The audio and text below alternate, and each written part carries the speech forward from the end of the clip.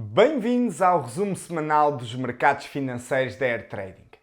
Cumprindo aquilo que era a expectativa dos mercados, o Banco Central Europeu voltou esta quinta-feira a subir as suas taxas de juros de referência em 0,75 pontos percentuais, passando assim a taxa dos 1,25% para os 2%. Este é o terceiro movimento de subida de taxas consecutivo na zona euro, confirmando assim a urgência crescente sentida por parte da autoridade monetária em adotar medidas que limitem a subida da inflação. O problema é que, ao mesmo tempo que o Banco Central Europeu tenta controlar a inflação, está também a empurrar a economia para uma recessão. Por exemplo, a consequência deste aumento das taxas de juros é o agravamento das prestações de crédito pagas aos bancos, quer pelas famílias, quer pelas empresas. Para além disto, esta semana tivemos a apresentação de resultados das principais empresas tecnológicas nos Estados Unidos da América. Com um histórico de resistência a crises, a verdade é que as grandes empresas tecnológicas nos Estados Unidos parecem ter sentido o choque da subida da inflação e também dos juros por parte da Fed. Entre as 5 maiores empresas, só a Apple registou um crescimento do lucro em relação ao ano passado, atingindo os 20.700 milhões de dólares, 100 milhões acima do resultado no mesmo período do ano passado. Já a Amazon viu o seu lucro cair 10% neste último trimestre para os 2,9 mil milhões de dólares, ao passo que tanto a Microsoft como a Alphabet, que é quem controla a Google, registaram quedas de 14% e 26% respectivamente no lucro líquido do terceiro trimestre deste ano. A pior situação é a da Meta, detentora do Facebook, com uma queda do lucro líquido de mais de 50%,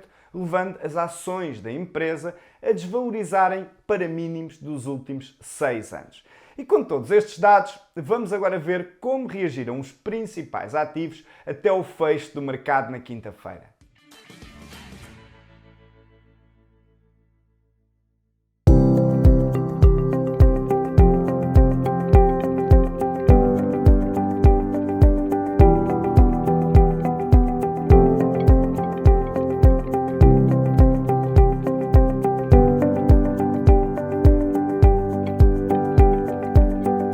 Relativamente à oportunidade desta semana, destacamos o comportamento em termos técnicos do crudo WTI.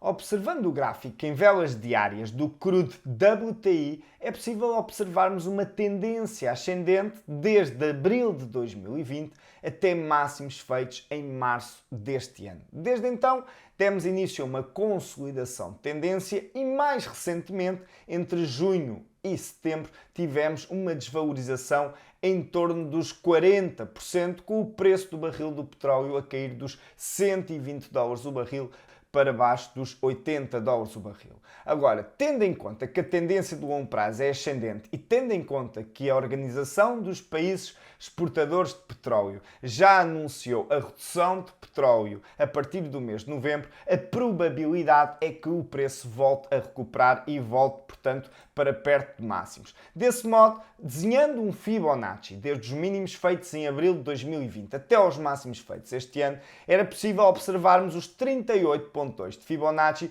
nos 82,30, que foi exatamente a região onde nós, durante esta semana e também a semana passada, estivemos a cotar. Portanto, uma região muito importante de pressão compradora, onde fizemos as nossas entradas. Contudo, isto é um trade de swing, ou seja, um trade para procurarmos um movimento que pode demorar semanas ou inclusive meses a ser atingido. E tem como objetivo uma formação gráfica que é identificada mais recentemente entre agosto e, portanto, outubro deste ano, sendo que esta semana aquilo que ocorreu foi que fizemos a última fase desta formação gráfica, que é o chamado ombro, cabeça, ombro invertido. Existe, portanto, um requisito para o ombro direito, o qual foi cumprido na precisão, ou seja, a queda que é feita durante esta última semana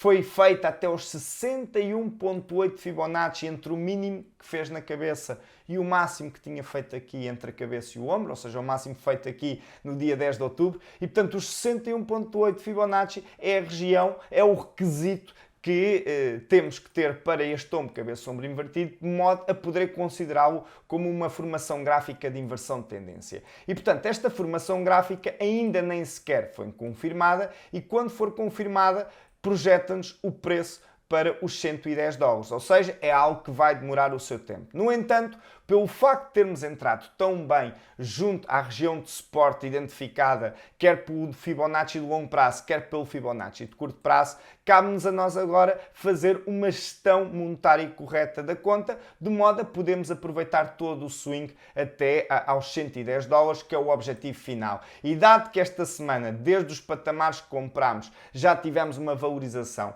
superior aos 7%, é importante termos consciência que enquanto esta neckline deste tombo cabeça-ombro invertido não for quebrada, que para todos os efeitos não existe nenhuma formação gráfica de inversão de tendência e que poderemos voltar para baixo. Portanto, é importante essa gestão monetária para garantirmos que, no pior dos cenários, é um trade que vamos sair com ganhos pelo menos de uma parte da posição, mas se tal resistência vier a ser quebrada, então temos mais um longo caminho para percorrer até o objetivo de cerca de 25%. Caso pretenda conhecer os nossos serviços e perceber de que forma se pode tornar num investidor com ganhos consistentes e sustentáveis, entre em contacto connosco através do nosso WhatsApp ou telefone, ou se preferir, através do nosso e-mail. Nós voltamos para a semana, um bom fim de semana e bons trades!